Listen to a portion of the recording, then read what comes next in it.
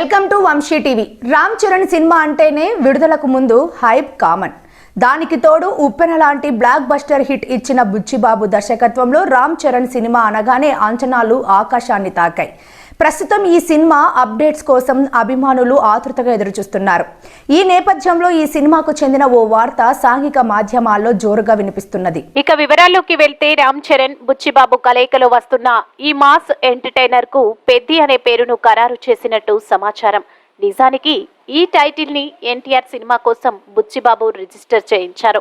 ఇప్పుడు అదే పేరును చరణ్ సినిమాకు వాడుతున్నట్లు తెలుస్తుంది. అయితే ఈ విషయంపై అధికారిక ప్రకటన రావాల్సి ఉంది. ఇదిలా ఉంటే ఈ నెల 20న లాంఛనంగా పూజ కార్యక్రమం నిర్వహించి ఈ సినిమాకు చెందిన పూర్తి వివరాలను నిర్మాతలు ప్రకటించనున్నారట.